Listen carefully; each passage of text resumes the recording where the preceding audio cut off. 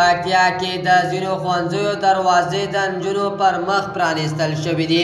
سلام ستړي مه شئ، وخت مو په خیر. په سلامونو مارکلی کوم درنو لیدونکو، که غواړئ د تازه او مهمو خبرونو څخه خبر شئ نو همدا اوس درسره د تام پلاس چینل سبسکرایب کړئ. د پکتیا په مرکز او څمکنیو ولسوالیو کې د ځینو ښوونځیو دروازې د نجونو پر مخ پرانیستل شوي دي. د پکتیا د اطلاعات و فرهنګ رئیس خالقیار احمدزی سپوږمۍ راډیو ته تایید کړی چې د نجونو 4 ښوونځي د پکتیا په مرکز او یو هم څمکنیو ولسوالیو کې پرانیستل شوی دی.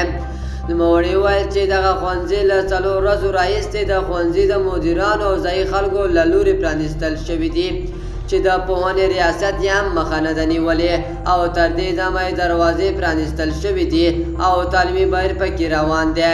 د نوي حکومت په راتګ سره د هېواد په ډېرو ولایتونو کې له 6 پورته د نجونو ښوونځي تړلي دي چې نوي حکومت وایي د ستونزې تر دایمي حل وروسته به د ښوونځیو دروازې پرانیستل شي. دوستانو، زموږ چمتو شوی خبر تر همدې ځایه پورې و.